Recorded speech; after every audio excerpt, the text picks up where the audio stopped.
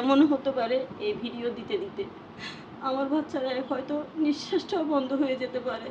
আপনারা আমার বাচ্চার জন্য এখন আগায় আসতে পারতেছেন না, ঠিক তখন আগায় আসবেন, কিন্তু আগায় আসলে তখন আমার কোনো কাজে লাগবে না, হয়তো টাকা থাকবে তখন আমার মেয়ে থাকবে না।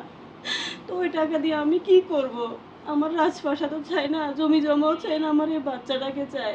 তো আমি আপনাদেরকে বলবো, আমার বাচ্চাটা নিঃশ্বাস থাকতে থাকতে আপনারা আগায় আসুন, আমার মেয়ে যেমন কি এই নিঃশ্বাসটা নিয়ে বেঁচে থাকতে পারে। এই যে আপনারা আমার হাতে দেখতে পাচ্ছেন আমাদের পাসপোর্ট আর আমার মেয়ের রিপোর্ট।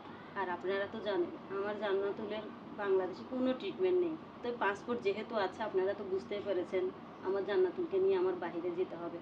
তো ওকে নিয়ে আমি বাইরে যেতে গেলে ওকে আমার চাইনাতে নিতে হবে ট্রিটমেন্টের জন্য। তো আপনারা যে অর্থ আমাকে দিয়েছেন আমার এই বাচ্চাটার জন্য 4 লক্ষ টাকা প্লাস, ওই টাকায় আমার বাচ্চার জন্য কিছুই হবে না। কারণ আমার ওর ভিসা প্রসেসিংয়ের জন্যই লাগবে 13 লক্ষ টাকা। তো 13 লক্ষ টাকা আমি আপনাদেরকে বারবার বলতেছি, 13 লক্ষ টাকা না হলে আমি আমার জান্নাতুলের ট্রিটমেন্টের জন্য কোনো কিছু করতে পারতেছি না। 13 লক্ষ টাকা যদি হয় তাহলে আমার মেয়ের ভিসা প্রসেসিং হলে অন্তত পক্ষে আমি একটা মা নিঃশ্বাস নিতে পারবো, আমার মেয়ের ভিসা প্রসেসিংয়ের কাজ শেষ।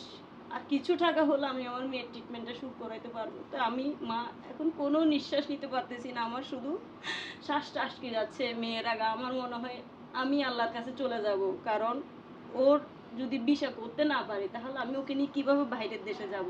আমি আপনাদেরকে বলতেছি, আপনারা যতটুকু দিয়ে আমার মেয়েকে সহযোগিতা করেছেন আপনারা যদি আরেকটু চেষ্টা করেন আমার জান্নাতুলকে বাঁচানোর জন্য, তাহলে আপনারা আরেকটু আগায় আসেন।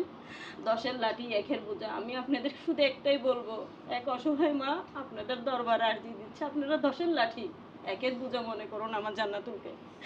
10 জনে মিলে যদি আমার জান্নাতুলকে সহযোগিতা করুন তাহলে অবশ্যই আমার এই মাসুম বাচ্চাটা বাঁচবে, আমার মেয়ের আমি দ্রুত ট্রিটমেন্টটা করাইতে পারবো।